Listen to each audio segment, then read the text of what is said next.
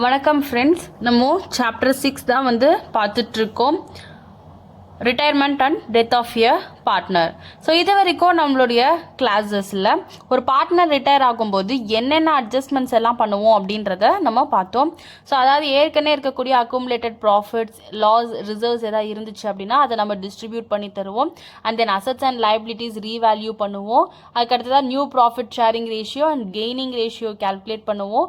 தென் goodwill எதாவது இருந்துச்சு அப்படின்னா அதுக்கான அட்ஜஸ்ட்மெண்ட்ஸ். அதுக்கப்புறம் கரண்ட் இயர் ப்ராஃபிட் வந்து என்ன பண்ணுவோம், ரிட்டையரிங் பார்ட்னருக்கு வந்து பிரித்து கொடுப்போம். அதுக்கப்புறம் அவருக்கு வந்து என்ன மெத்தட்ஸில் வந்து செட்டில்மெண்ட் பண்ணுவோம் அப்படின்றத எல்லாமே பார்த்தோம். ஸோ அதுக்கான சம்ஸ் எல்லாமே ஒர்க் அவுட் பண்ணோம். அதில் ஏதாவது நீங்கள் மிஸ் பண்ணியிருந்தீங்க அப்படின்னா அதுக்கான லிங்க் நான் டிஸ்கிரிப்ஷனில் ப்ரொவைட் பண்ணியிருக்கேன், அதை கிளிக் பண்ணி போய் பார்த்துக்கோங்க. ஸோ இன்றைக்கி நம்மளுடைய கிளாஸில் காம்ப்ரிஹென்சிவ் சம்ஸ் தான் வந்து ஒர்க் அவுட் பண்ண போகிறோம். ஸோ அதாவது ரிட்டையர்மெண்ட் டைமில் இந்த எல்லா அட்ஜஸ்ட்மெண்ட்ஸும் சேர்ந்த மாதிரி இருக்கக்கூடிய சம்ஸ் தான் வந்து நம்ம ஒர்க் அவுட் பண்ண போகிறோம். ஸோ சம் பார்க்கலாம். Saran, Arun and Karan are partners in a firm sharing profits and losses in the ratio of 4:3:3. Their balance sheet as on 31/12/2016 was as follows. So இங்கே என்ன இருக்குது, general reserve இருக்குது. So இதை நம்ம பிரித்து கொடுக்க வேண்டியது இருக்குது. தென் கிரெடிட்டாஸ் அண்ட் தென் இங்கே buildings, machinery, investment, stock, debtors, provision for bad debts, cash at bank கொடுத்துருக்காங்க. என்னென்ன அட்ஜஸ்ட்மெண்ட்ஸ் இருக்குது அப்படின்றத பார்க்கலாம். Karan retires on 1/1/2017 subject to the following conditions. Goodwill of the firm is valued at rupees 21,000. So இது வந்து என்னது, existing குட்வில்லா இல்லை, ஏன்னா நம்மளுடைய புக்ஸ் ஆஃப் அக்கௌண்ட்டில் ஏற்கனவே குட்வில் வந்து இல்லை. ஸோ ரிட்டையர்மெண்ட் டைமில் இதை வேல்யூ பண்ணியிருக்காங்க. அப்போ நம்ம என்ன பண்ணோன்னா கரனுடைய ஷேரை கெய்னிங் ரேஷியோவில் பிரித்து கொடுக்கணும். இது ரொம்ப ரொம்ப important. Then machinery to be appreciated by 10%. So appreciate ஆச்சு அப்படின்னா நம்மளுடைய அசட் வேல்யூ என்ன ஆகும், இன்க்ரீஸ் ஆகும். And then building to be valued at 80,000. So இது வந்து என்னது, 80,000 அப்படின்றது ரீவேல்யூ ஆனதுக்கப்புறமாக இருக்கக்கூடிய அமௌண்ட்டு. ஸோ ஏற்கனவே நம்மளோட புக்ஸ் ஆஃப் அக்கௌண்ட்டில் எவ்வளோ இருக்குது, 60,000. அப்போ ரீவேல்யூ பண்ணதுக்கப்புறம் 80,000 அப்படின்னா நம்மளுக்கு என்ன இருக்குது, அசட்டோட வேல்யூ இன்க்ரீஸ் ஆகி இருக்குது. Provisions for bad debts to be raised to 2,000. So 2,000க்கு இன்க்ரீஸ் ஆகிருக்கு. இது ஆஃப்டர் இன்க்ரீஸ் ரீவேல்யூ பண்ணதுக்கு அப்புறமா இருக்கக்கூடிய அமௌண்ட்டு. இப்போ ஏற்கனவே எவ்வளோ இருக்குது, 1,000.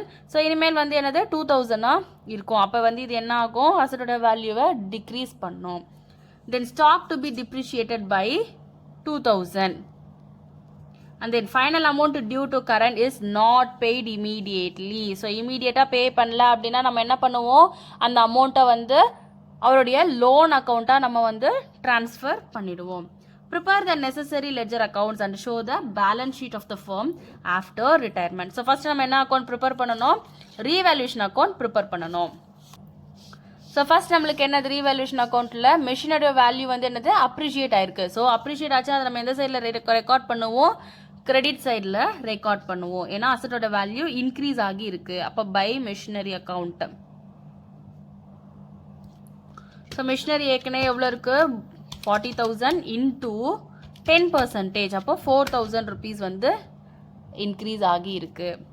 அடுத்ததா பில்டிங்ஸ் பை பில்டிங் அக்கௌண்ட், அதையும் நம்ம கிரெடிட் சைடில் தான் ரெக்கார்ட் பண்ணோம், ஏன்னா அதுலேயும் இன்க்ரீஸ் ஆகியிருக்கு. ஸோ ஏற்கனவே புக்ஸ் ஆஃப் அக்கௌண்ட்டில் 60,000 இருந்தது, இப்போ நம்மளுடைய ரீவேல்யூ பண்ணதுக்கப்புறமா 80,000. ஸோ அப்போ அந்த டிஃப்ரென்ஸ் அமௌண்ட் தான் வந்து increase in value, that is 20,000. அடுத்ததா provision for bad debts to be increased to 2,000 சொல்லியிருக்காங்க இல்லையா. அப்போ பேட் டெட்ஸ் நம்ம இன்க்ரீஸ் ஆச்சுன்னா என்ன ஆகும், அசட்டோட வேல்யூ டிக்ரீஸ் ஆகும் இல்லையா. ஸோ அப்போ அதை நம்ம எந்த சைடில் ரெக்கார்ட் பண்ணோம், டெபிட் சைடில் ரெக்கார்ட் பண்ணோம். To provision for bad debts. So என்னது, 2,000 மைனஸ் 1,000. அப்போது 1,000 தான் வந்து இன்க்ரீஸ் ஆன வேல்யூ. அடுத்ததாக ஸ்டாக் டிப்ரிஷியேட் ஆயிருக்கு, அதையும் நம்ம எந்த சைடில் ரெக்கார்ட் பண்ணுவோம், டெபிட் சைடில் ரெக்கார்ட் பண்ணுவோம் பை 2,000. ஸோ அப்போ பைன்னு இருக்கனால இதுதான் வந்து என்னது, இவ்வளோ வேல்யூக்கு தான் ரெடியூஸ் ஆகியிருக்கு. அப்போ இதை நம்ம டேரெக்டாக எழுதிடலாம். வேறு ஏதாவது இருக்கா? வேறு எந்த அட்ஜஸ்ட்மெண்ட்ஸும் இல்லை. ஸோ நம்மளுக்கு கிரெடிட் சைடோட டோட்டல் எவ்வளவு? 24,000 வருது. பட் டெபிட் சைடோட டோட்டல் வந்து 3,000 தான். இப்போ ஆப்வியஸாக வந்து நம்மளுக்கு என்னது? கிரெடிட் சைடோட டோட்டல் தான் அதிகமாக இருக்குது. ஸோ அப்போ நம்மளுக்கு கிடைக்கக்கூடிய ரிசல்ட்டிங் ஃபிகர் வந்து என்னது? Revaluation profit which is to be transferred to partners capital account. So Saran, Arun, then Karan.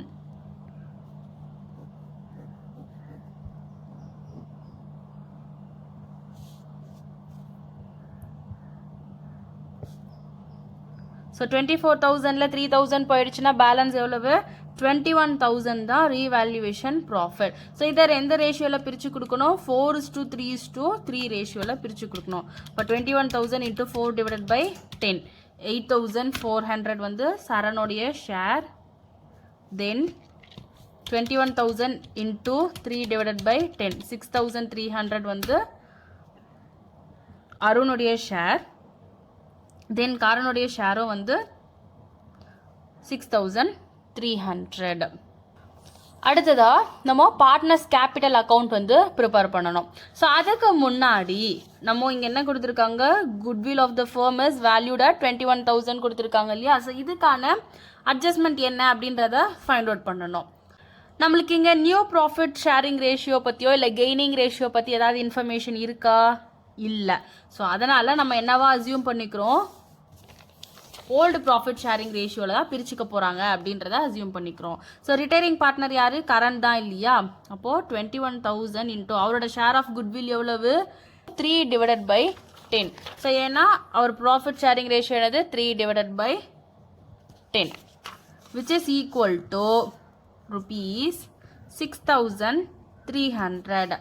So இதை எந்த ரேஷியோவில் நம்ம பிரித்து கொடுக்கணும் அப்படின்னா பார்ட்னர்ஸுடைய ஓல்டு ப்ராஃபிட் ஷேரிங் ரேஷியோவில், அதாவது ரிமைனிங் பார்ட்னர்ஸ் யார் யார்? சரண் அண்ட் அருண். அவங்களுடைய old profit sharing ratio 4:3. Since new profit sharing ratio is not given,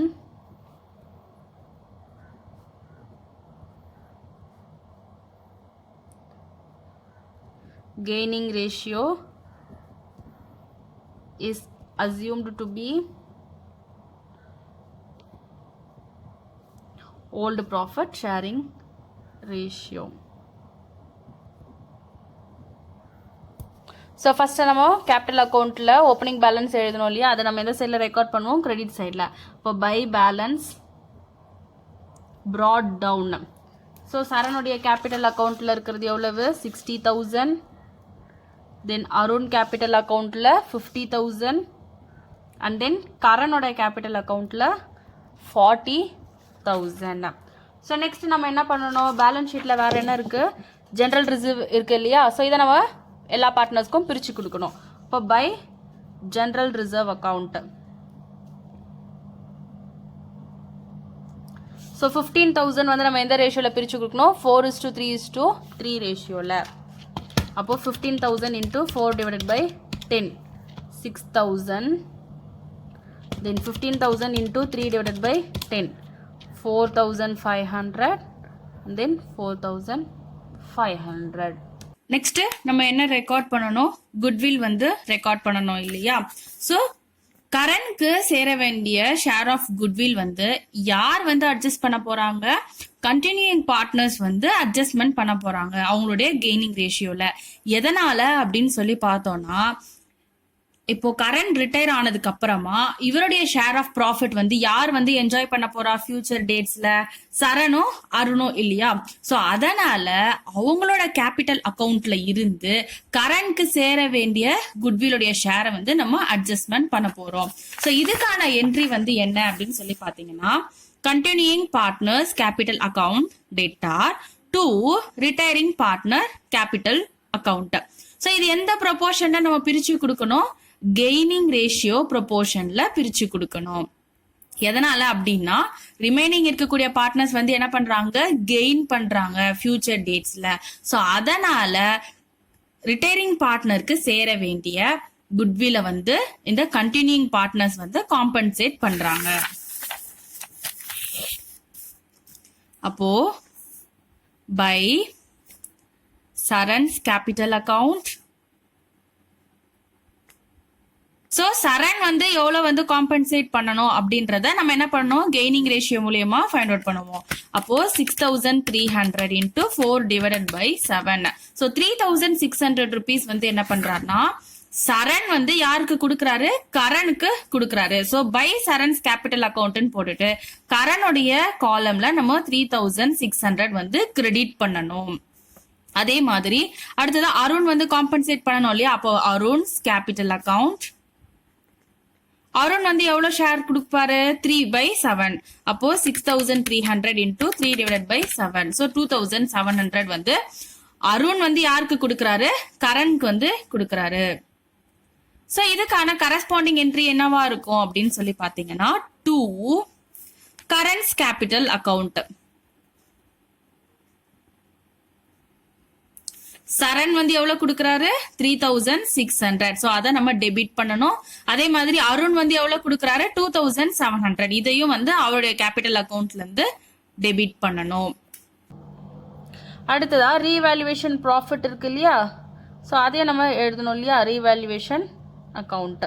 so அது வந்து எவ்வளவு 8400, 6300 அண்ட் தென் 6300. ஸோ வேறு ஏதாவது அட்ஜஸ்ட்மெண்ட் இருக்கா இல்லை. ஸோ அவ்வளோதான் டோட்டல் பண்ண வேண்டியது தான்.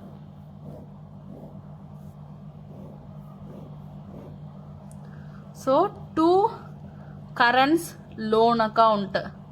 ஏன்னா நம்ம இம்மீடியட்டாக வந்து என்ன பண்ணல செட்டில்மெண்ட் பண்ணலை. 2 பேலன்ஸ் கேரிட் டவுன். ஸோ இப்போ தான் ஃபைண்ட் அவுட் பண்ண போகிறோம். ஃபஸ்ட்டு சரணோட கேபிட்டல் அக்கௌண்ட் டோட்டல் பண்ணிடலாம். 60,000 plus 6,000 plus 8,400. Total வந்து 74,400. And then 50,000 plus 4,500 plus 6,300. 60,800. Then 40,000 plus 4,500 plus 3,600 plus 2,700 plus 6,300. So 57,100.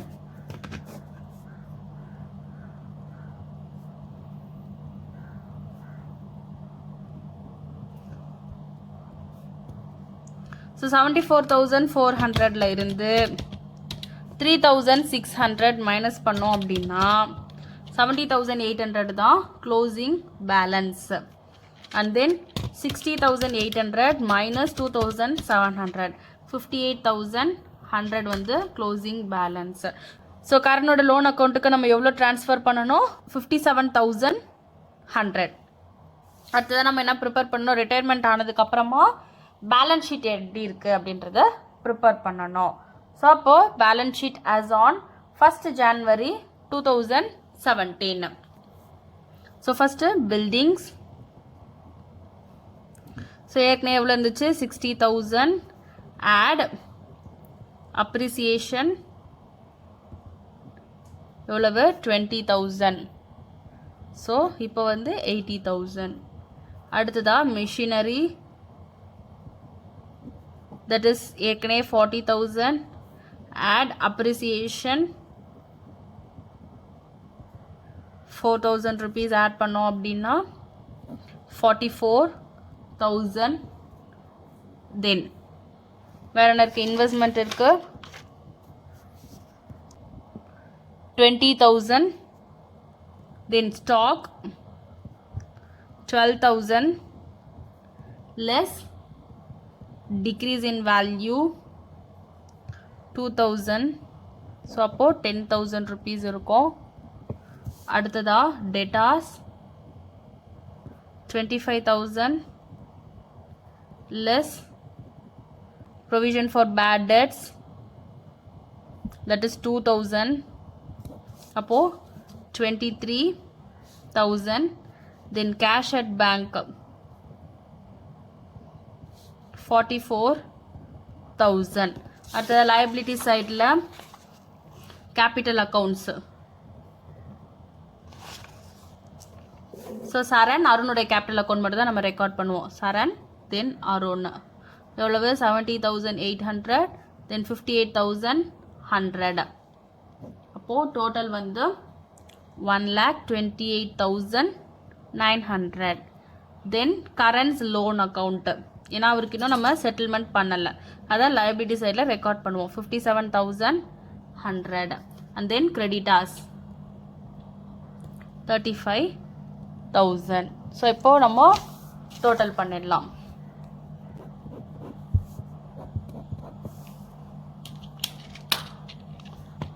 $1,28,900 plus 57,100 plus 35,000, 2,21,000. So assets வந்து 80,000 plus 44,000 plus 20,000 plus 10,000 plus 23,000 plus ஒரு 44,000. அப்போ 2,21,000. So அசட்ஸோ லைபிலிட்டிஸோ உங்களுக்கு டேலி ஆயிடுச்சு. ஸோ இதே மாதிரி எல்லா அட்ஜஸ்ட்மெண்ட்ஸும் இருக்கக்கூடிய சம்ஸ் வந்து நீங்களும் வந்து ஒர்க் அவுட் பண்ணி பாருங்கள். உங்களுக்கு ஏதாவது டவுட் இருந்துச்சு அப்படின்னா கமெண்ட் செக்ஷனில் லீவ் பண்ணுங்கள். இது வரைக்கும் பார்த்த கிளாஸஸ் ஏதாவது நீங்கள் மிஸ் பண்ணியிருந்தீங்க அப்படின்னா அதுக்கான லிங்க் நான் டிஸ்கிரிப்ஷனில் ப்ரொவைட் பண்ணியிருக்கேன், அதை கிளிக் பண்ணி போய் பார்த்துக்கோங்க. இந்த கிளாஸஸ் எல்லாமே உங்களுக்கு யூஸ்ஃபுல்லாக இருக்குது அப்படின்னா மறக்காமல் உங்களோட ஃப்ரெண்ட்ஸுக்கும் வந்து ஷேர் பண்ணுங்கள்.